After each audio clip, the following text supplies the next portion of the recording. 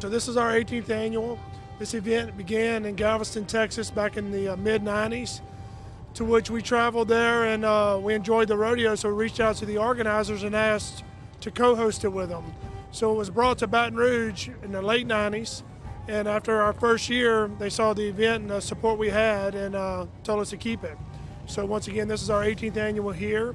The overall goal is to raise money for the Dream Day Foundation, which is our charity, and to make them safer, more comfortable on their equipment. And we originally started at Cortana Mall, then moved to Cabela's because we outgrew the location, and now we're at Lamar because we're so large. We brought in 154 riders from across the country in addition to Canada, and there's 10 co-hosting agencies all in the Baton Rouge area, and of course Sheriff Wiley's one of our biggest supporters.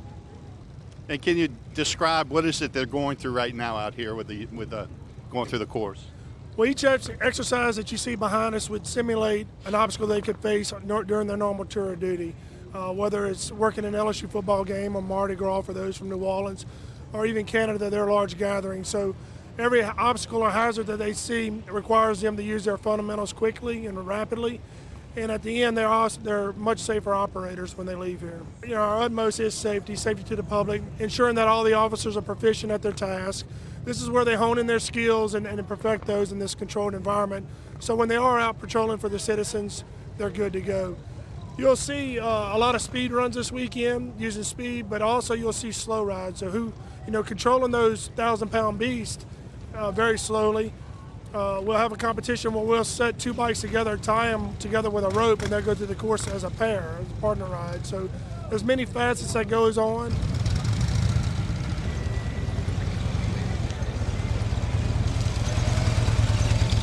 Can you tell us how much does one of these bikes weigh? Dry weight's about 857 pounds. That's before they outfit it with all the equipment, and they get pretty heavy from time to time. How about the top speed? Well, the top speeds out here are regulated because they're congested courses. Top speeds you'll see out here is probably 15 miles an hour in these courses, but on the highways they can get up and go and catch whoever we need to. We noticed on the way in that you had two units that were parked out there with the officers that were slain and deputies. Could you comment on that? Yes, sir. We want to honor our brothers. You know, they're still with us in our hearts. Officer Gerald and Montrell and Mr. Garafola was actually a motorman back in the day. We want to honor them in addition to Nick Touye. He's a motorcycle officer for East Baton Rouge. And we're praying for him. Hope he gets well soon. We actually have his bike right there behind you in the starting line, and we're just waiting for him to make a speedy recovery and get on.